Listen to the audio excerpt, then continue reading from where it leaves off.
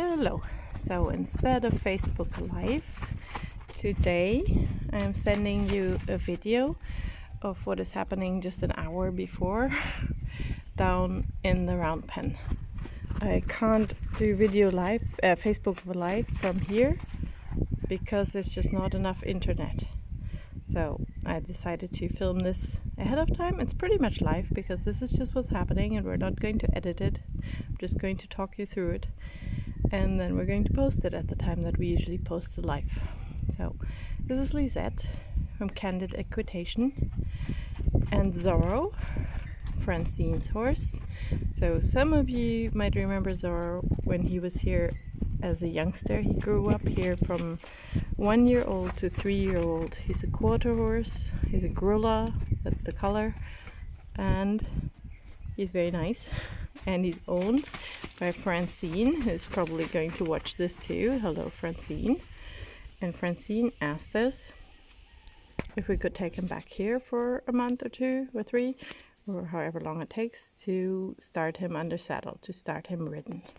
So we're going through the process, and this is part of it. And I thought I'd show you how far we've gotten. We've had him for a couple of weeks, I think, and he's like super good student.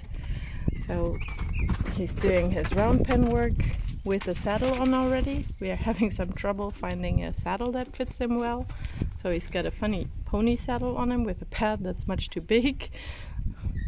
But he's doing very well. See how nicely he turned in, and he's licking and chewing. He's being a very good boy. And this is Lisette. Hello, Lisette. If you want to look her up on Facebook, her Facebook page is called Candid Equitation. She's a professional horse trainer. She was supposed to be here for 4 days in February to help me out with my youngsters, because she's, well, super good at starting horses. And I need someone to help me once in a while. I can't do everything alone. I get stuck in my own routines and in my own ways of doing it, and it's really good to have someone else come in who's better than you and help you, just like I have Norbert and Rike. I also have Lisette. And well, she came for 4 days, and here we are, I don't know, 3 months later, and she's still here. So lucky me. Corona spring has been really good to me. And now we're going to see what's happening. She dropped the whip. She's going up to him, just giving him a pat and desensitizing a bit.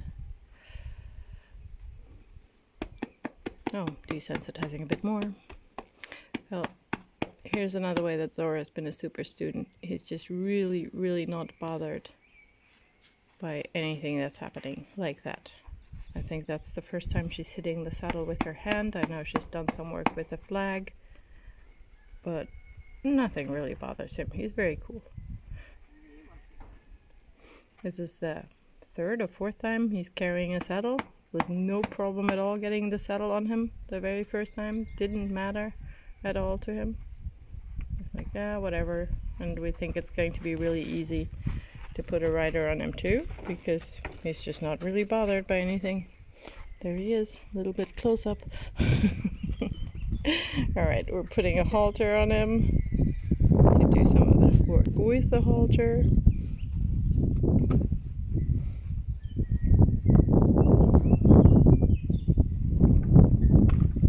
So if this continues going this well, we're probably going to put a rider on him soon, right? Yeah.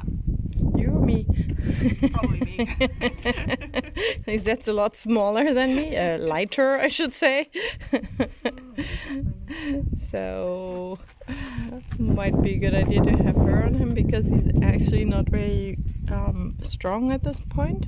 He had tick fever a while ago, and he's not put on all the weight that he should have on. He's 5 years old. I don't think I mentioned that. And he's much too skinny and thin for a 5-year-old in a way, but that's just from the tick fever. So he's putting on weight very quickly, even in the weeks that he's been here, just from working and eating well, playing with the other boys. And I think he should be strong enough to carry a rider, at least for the first few rides, and then we might give him back to Francine for a few months just to fatten him up and let him think about that, and then bring him back out here in the fall and put some more rides on him. But, you know, depends how it goes. We're just going to keep going and see the evolution of this. So pretty much the same thing happening on the rope, which was happening free, asking him to turn in, change direction. And he's doing that really well too. There you see, change of direction. So horses don't know how to do this immediately, right? They have to learn how to do this, so this is part of what we've already taught him. And he's learned it really well. With Zorro, sometimes it's not super easy to teach him something new, but once you've taught him, it really seems to stick with him. So I think he's going to be a really super reliable horse. Probably one of those great ones that you can put away for a month or two, and then you bring him out and just throw a saddle on and go riding, and he's just going to be great. Hope you're not getting too much wind again. Alright, there was a yield of the hindquarters, and now we're going to do a yield. Well, I keep saying we. Lisette's going to do a yield of the front. Right?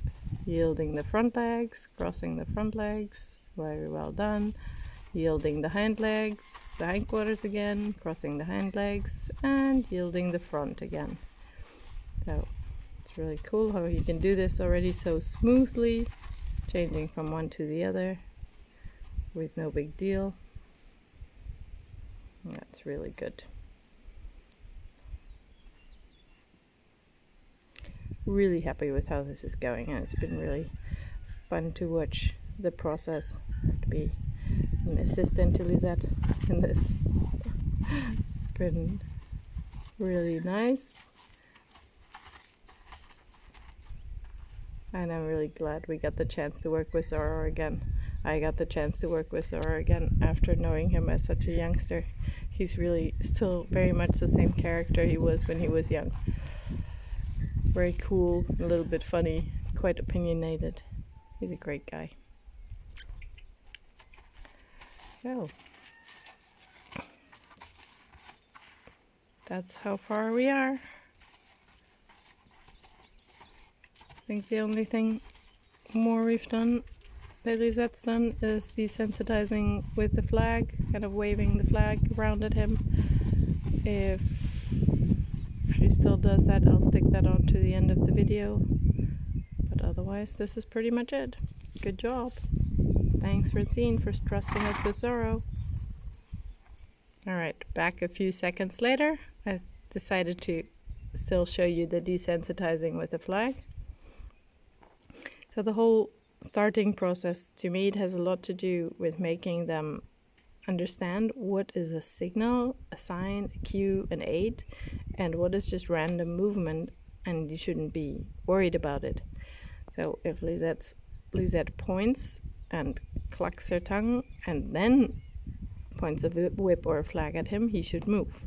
But if Lisette just plays with the flag without pointing and clucking, then he should just stand there and not worry about it. The flag won't hurt him. It's not the flag that he should be afraid of. He should listen to her cues and move when she asks him to move, and not when she's waving the flag around randomly. So here she is, waving the flag around randomly on the other side. Super good. He just learned this the other day. He was a little bit worried about it the first time, but the second time he's already super cool.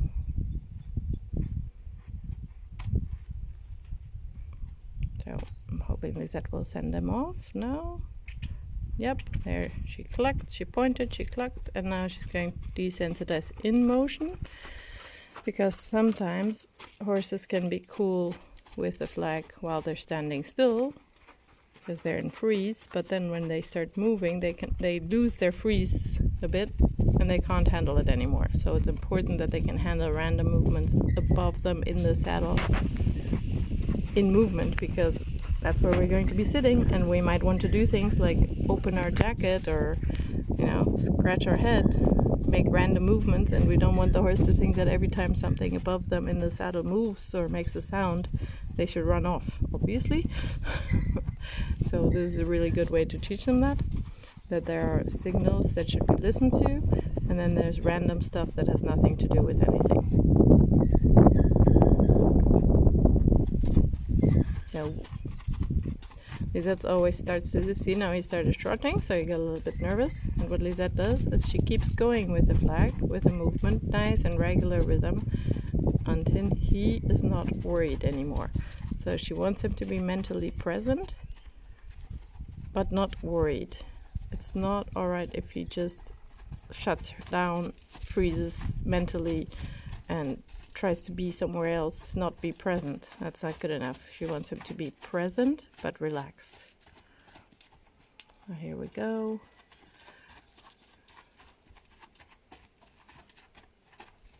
So he's still speeding up a little bit every time she comes with a flag from far away, but it's getting better each time.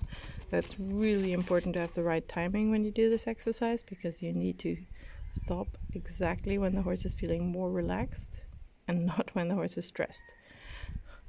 If you stop when the horse is stressed, he's going to get more and more afraid of the flag. If you stop when he's relaxed, he's going to learn to remember that last moment and learn that the flag is nothing to worry about. And here we go on the other side. Don't know how many of you are still with us. We're just going to show you the whole process of how far we've got. And this part is taking a little bit longer than the beginning, because this is the newest part. This is the last thing he learned, just the last couple days. And that needs to go through it a little bit more thoroughly to make sure that he's really all right, because there is a little bit of stress in his face and in his movements. His movements get a little bit more erratic. But then he relaxes again and she can stop. Okay, the swinging up of the flag made him go into a little bit of flight here. He's kind of trying to run away from her.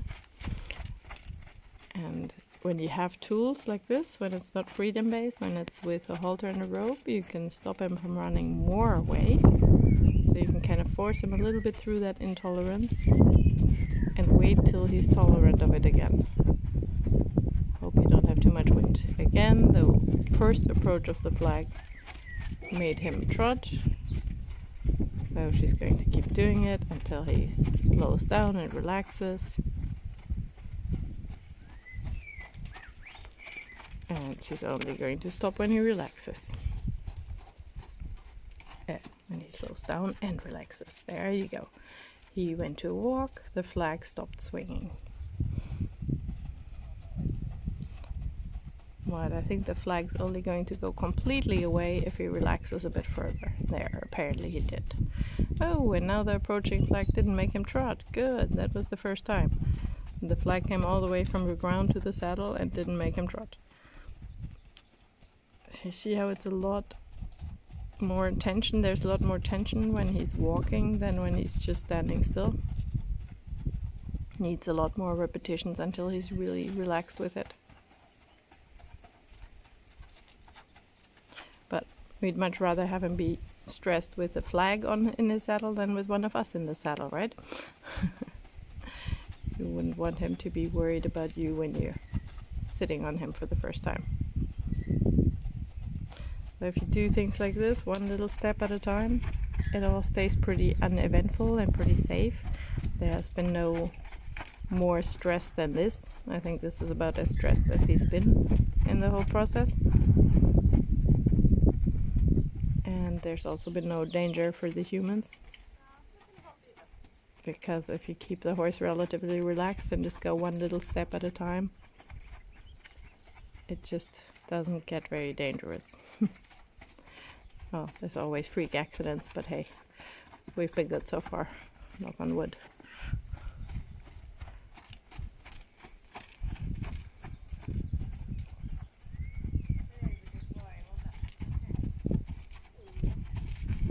Okay, and I think she was really happy with this last reaction, that he was really cool about it.